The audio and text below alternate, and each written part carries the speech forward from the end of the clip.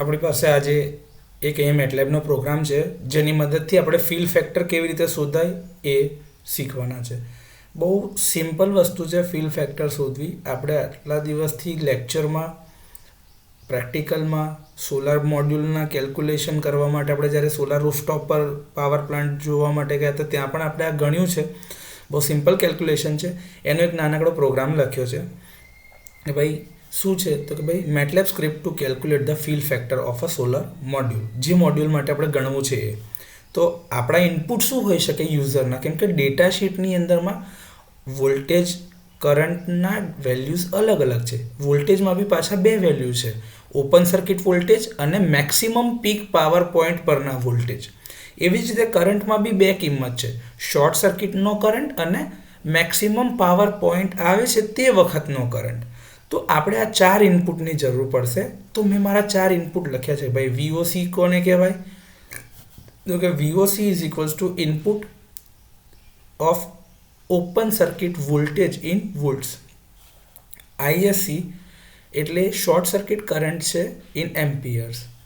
VMP એ maximum power point જ્યારે મળે છે ત્યારના પીક વેલ્યુ હોય છે ત્યારના વોલ્ટેજની વાત છે, વોલ્ટ્સમાં માપવાના છે. IMP જે છે એ મેક્સિમમ પાવર પોઈન્ટ વખતનો કરંટ છે અને એ બી એમ્પિયર્સમાં માપવાનો છે. બીજું એક્સ્ટ્રા ગણીને શું આપશે કે ભાઈ તમને મેક્સિમમ પાવર કેટલો આવશે એ ગણીને આપે છે અને થિયોરિટિકલ મેક્સિમમ પાવર કેટલો મળી શકે છે P થિયોરિટિકલ એટલે કે VOC ઇન્ટુ ISC નો ગુણોત્તર છે. અને ફિલ ફેક્ટર એટલે કે P max divide by P થિયોરિટિકલનો ગુણોત્તર કાઢીશું એટલે આપણને ફિલ ફેક્ટર મળશે. ડિસ્પ્લેમાં શું કરવું છે તો કે ભાઈ પહેલું ડિસ્પ્લે કરશે મેક્સિમમ પાવર જે આપણે કેલ્ક્યુલેટ કર્યો અને ઇન્ટીજર નંબર છે એટલે n લખેલું છે. એવી જ રીતે પાવર જે છે થિયોરિટિકલ એની વેલ્યુ કેલ્ક્યુલેટ કરી છે જે ઇન્ટીજર નંબર છે એટલે /n જે કર્યું છે એનો મતલબ થાય છે થિયોરિટિકલ વેલ્યુ એટલે ઇન્ટીજર નંબર છે.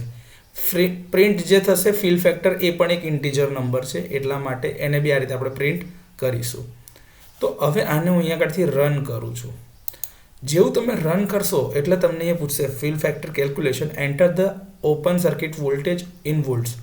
આપણી જે ડેટા શીટ છે જેમાં આપણે જોઈએ છે કે ભાઈ એમાં ઓપન સર્કિટના વોલ્ટેજ આપ્યા છે 45.0, શોર્ટ સર્કિટનો જે કરંટ છે એ છે 9.10, મેક્સિમમ પાવર પોઈન્ટ આવે છે ત્યારના વોલ્ટેજની વેલ્યુ છે 37.0 અને જે ટાઈમે મેક્સિમમ પાવર મળે છે ત્યારનો જે કરંટ છે એની કિંમત છે 8.50.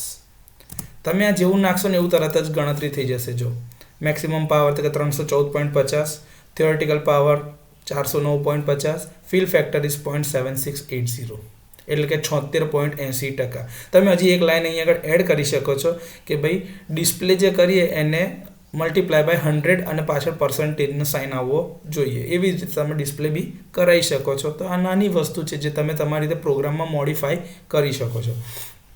જો બધા પેરામીટર જે છે એની વેલ્યુ અહીં આગળ વર્ક સ્પેસમાં તમને દેખાતી જશે કે ભાઈ શોર્ટ સર્કિટનો કરંટ 9.1, મેક્સિમમ પાવર પોઈન્ટ આવે છે ત્યારનો કરંટ 8.50, મેક્સિમમ પાવર તમે ગણી નાખ્યો છે, થિયોરિટિકલ પાવર ગણ્યો છે, VMP 37 છે, VOC તમારા 45 છે.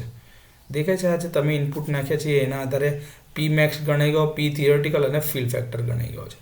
તો આ બહુ સિમ્પલ પ્રોગ્રામ છે. આ પ્રોગ્રામ હું તમારી સાથે બી શેર કરું છું. તમને જ્યારે બી સમય મળે ત્યારે લેબોરેટરીની અંદરમાં તમારા ટર્ન વખતે તમે કેલ્ક્યુલેશન તો કરો જ છો ડેટા શીટ પ્રમાણે, પણ તમે એક કરતાં વધારે ડેટા શીટના આવી રીતે વેલ્યુ કેલ્ક્યુલેટ કરો થિયરી વેલ્યુ સાથે અને પ્રેક્ટિકલ વેલ્યુને ચેક કરો એટલે ખબર પડે કે ભાઈ પ્રોગ્રામથી રન બરોબર થાય છે અને તમારી જે ગણતરી છે એ બધી જ ઓકે આવે છે. આવી જ રીતે હજી આગળ ભવિષ્યમાં આપણે ટેમ્પરેચરની ઇફેક્ટથી પાવરની અંદરમાં શું ફેરફાર આવે છે એ બી આપણે જોવાના છીએ. Thank you.